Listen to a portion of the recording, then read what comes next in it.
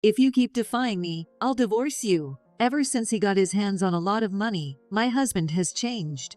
Money is truly a terrifying monster. You over there, thinking that having more money will bring you happiness. The pitfall is surprisingly close at hand. My name is Mary. I'm a 48-year-old working housewife. I've been married for about 20 years. Living honestly and prudently has always been my motto. I've been old lady through the thick of the recession, you know. During the job crisis, I barely managed to get into a company. Even after getting married and having children, I continued to work tirelessly until now. My husband is also from the same recession generation. There were times when both of us were unemployed, but somehow we supported each other and survived. Our two sons are still in high school and middle school. As long as we don't splurge, we can get by, but financial worries are never ending. Who knows how much it will cost to put both kids through college? Today again, I'm staring at the household budget and the calculator. Mary, why the serious face? My husband casually asks while finishing his third beer. This month, we've had a lot of expenses for various events. We need to cut back somewhere, whatever. He laughs mockingly, but the beer he's drinking was on sale for $1.85 a can. With the recent inflation, the prices of many things have gone up. He doesn't understand that it adds up to a significant amount. Beer isn't free, you know, I muttered resentfully. Then he said, "You're really stingy." He laughs down at me again. "Stop calling me stingy. We need to save for the kids' tuition and for our own retirement too." But to my husband, my worries seem needless. "What are you talking about? We'll have our pension and retirement benefits when we retire, right?" That's what he says, but I can't help but worry. We're both managing as company employees, but who knows when the company might go bankrupt or one of us might lose our job. I'm working hard to make sure we can survive even if that happens. Mary, you're overthinking. Live more optimistically like me. These days, I sometimes even envy my husband's carefree attitude. One of my small joys is buying a lottery ticket once a month. I don't gamble for fun, but buying a dream is enjoyable. Well, I never win, but the excitement until the results are announced is an indescribable bliss for me. Lottery tickets never win. It's a waste of money. My husband snorts at my little hobby. Mary, you always talk about saving money, but you indulge in things like this. A lottery ticket that costs just $3 is considered a luxury? It's cheaper than your daily beer, you know. But I'm not in the mood to argue about it. My husband might mock me, but that steak we had the other day was bought with the $30 I won from the lottery. You enjoyed it, didn't you? My husband really doesn't know anything. I have plenty of complaints about my husband, but for now, we're living a stable life. And that's enough to make me happy. After all, we have enough to eat, wear, and live, and our kids, though cheeky, are growing up well. Even with worries, I don't have any major complaints. Or so I thought. But the gears went out of sync because of a certain event. That day, when I came home from work, my husband was home early, which was rare. "Oh, you're home early." "Yeah, well, he seemed a bit restless. Was it just my imagination?" It was 6 p.m. Our two sons were still at their after-school activities. I was about to start preparing dinner before the kids came home when, "Mary, I have something important to tell you." With a serious look, my husband started speaking. What's going on? Are you okay? Just sit down for a minute." He told me to sit, and I did. Then, he pulled something out of his suit pocket. "I won." "Won what?" "Well, what is he being so secretive about? $1 million. "What? The lottery. I won $1 million. No way. Really?" I couldn't believe it. In my decades of buying lottery tickets, the highest I ever won was $30. And now my husband, who bought a ticket on a whim, won $1 million? I had to see it to believe it, so I checked his ticket number online. Sure enough, the numbers matched. No way. I can't believe it. I was so shocked that I nearly fell over. I never thought we'd actually win. Honey, this is amazing. Yeah. Now we don't have to worry about money anymore. God really does exist. He gave us a reward for all our hard work. We both acted like kids, giddy with excitement. That night, we took the family to a fancy steak restaurant and told our sons the news. Dad, that's awesome. Does this mean we're rich now? Yay, the kids' faces lit up. I couldn't help but get excited too with $1 million in our hands. There really is a God. Thankful for my husband's random purchase, we enjoyed our steak to the fullest as a family that night. Life after that was like heaven. Why don't we take this opportunity and buy a car? Let's go out for some expensive dinner today. How about we go on an overseas trip this year? The joy of living without worrying about money was unparalleled. Every day, we thought of and indulged in all sorts of luxuries.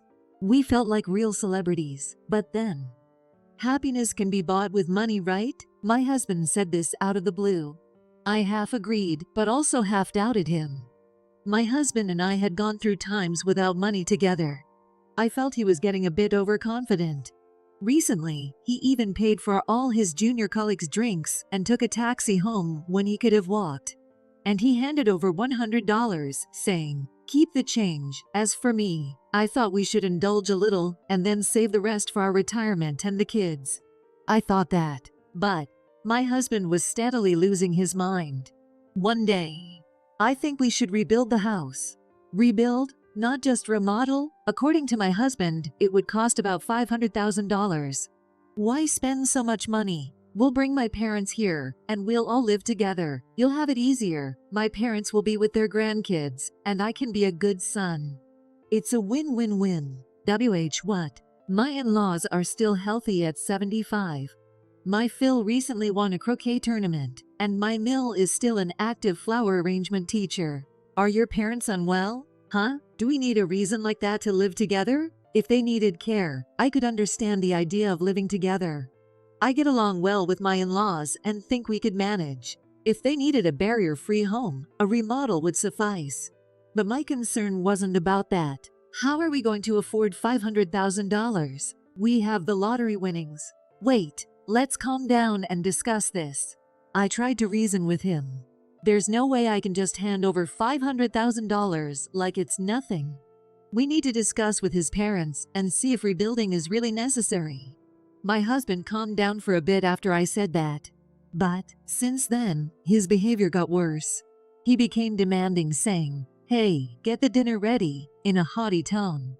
And he started making demeaning comments like, "You just plan to leech off my money, don't you? You're such a greedy woman. Are you still holding a grudge about not rebuilding the house? Enough already." Of course I am. Why do I need your permission to be a good son? I'm just being reasonable. Your parents agreed with me too. I had subtly mentioned the idea of living together to my in-laws. They said they didn't want to leave their familiar place at this age and didn't want to burden us with their care. But my husband wasn't convinced and kept grumbling. Since then, we started fighting constantly. He would pick on me over trivial matters, and eventually he said, "You just hate everything about me, right? You're only after my money." The atmosphere at home grew more and more hostile. One day, my husband came home drunk, which was unusual. Apparently, he had been out drinking with his boss. "Thanks for working late. Here, have some water." But he swatted the glass out of my hand. "Hey, what the hell are you doing? You lived lavishly on my lottery winnings, but as soon as I want to spend it on my parents, you oppose it. When I consulted my boss, he called you a devil wife. Well, he's right. You dismiss my desire to be a good son. A devil wife?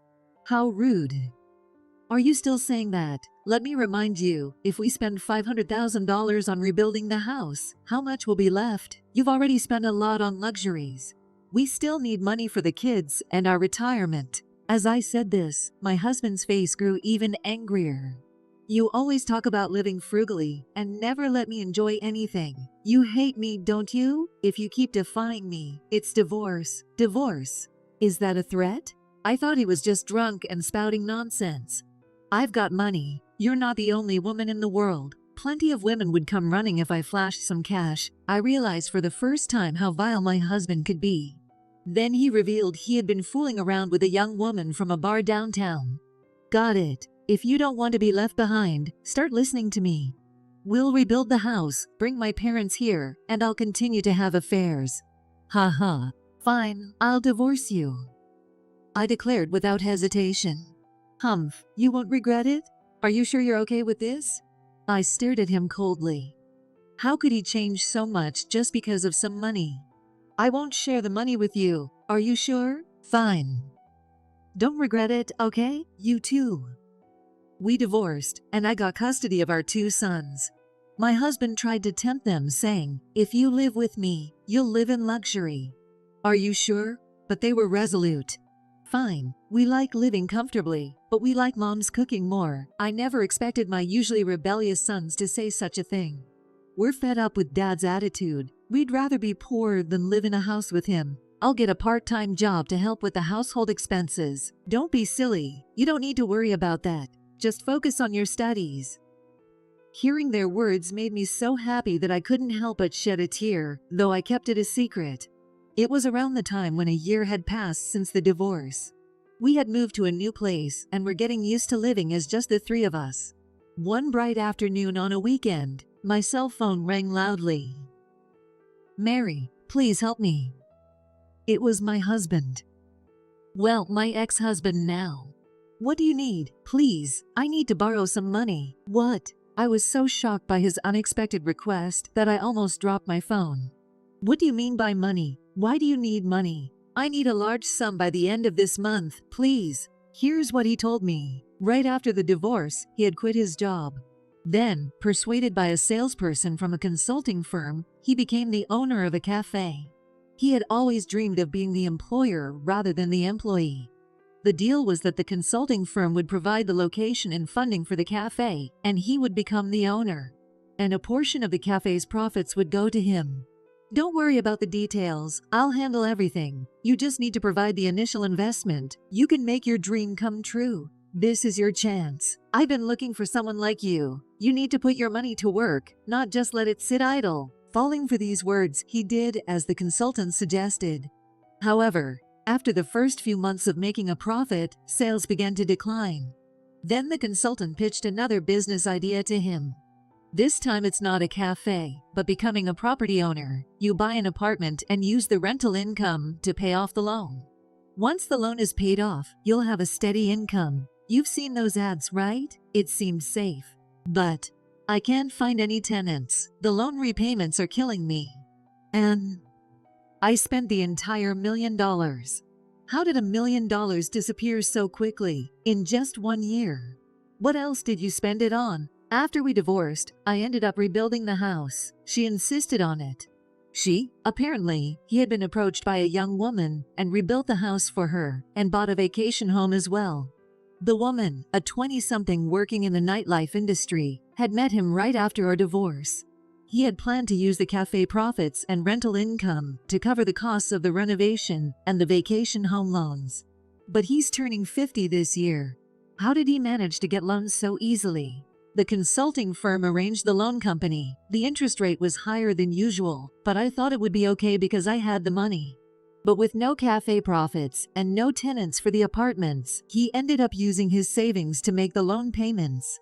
And so, he managed to blow through $1 million. That consultant sure knew what they were doing, finding a sucker like my ex and taking him for everything he had. I sighed and told him, "Why don't you sell the vacation home or the house? At least you'd get some cash that way. If I do that, she'll leave me. I can't handle that. Besides, even if I sell them, the debt will still remain. How much do you have in savings? Can't you use a little to help me with the loan payments? Why should I? We're not even together anymore. There are plenty of other women besides me, right? Ask one of them to help you. Don't be so cold. We were married once. And you're the one who ruined it spectacularly. Please." I was so appalled by his pathetic state that I couldn't find the words to respond. At the same time, I felt relieved that I had managed to cut my losses before getting dragged into this mess. What a pitiful man. To blow through $1 million in just a year and end up in even more debt. A year ago, he never would have imagined this outcome. I always thought he had a poor sense of money, but this was beyond anything I expected. Anyway, we're not related anymore. I'll consider giving you a break on the child support though. Child support. Oh, I know. Give me back all the child support I've paid so far, and I'll take care of the kids. Seriously? No, thank you. In the end, he had to sell the house and the vacation home. Even then, the loans remained. The woman left him, and he lost contact with the consultant. Now he's living in a $300 a month apartment, struggling to pay off the rest of the loans. But why did he quit his job? The world isn't kind enough to offer new jobs to a 50-year-old man without qualifications. He managed to get a job as a contract employee, but the salary is lower than that of a new hire, and he can barely support himself. Sometimes he contacts our sons, saying, "I'm going to rise from here. I'm still buying lottery tickets, dreaming of another chance." It's good to have dreams, but every time I hear about them, I can't help but feel a mix of emotions. He should be saving every penny instead of buying $3 lottery tickets. As for me, I'm balancing work and raising my kids steadily. This year, thanks to my company's good performance, my summer bonus was 1.5 times higher than last year. I bought my sons what they wanted, and as a reward for myself, I got the laptop I'd been eyeing for a while. I'm really into online shopping now. Oh, I want that and this. I should buy both with my bonus. Mom, aren't you buying a bit too much? My older son scolded me, making me a little downhearted. I could almost understand my ex-husband's feelings, just a little.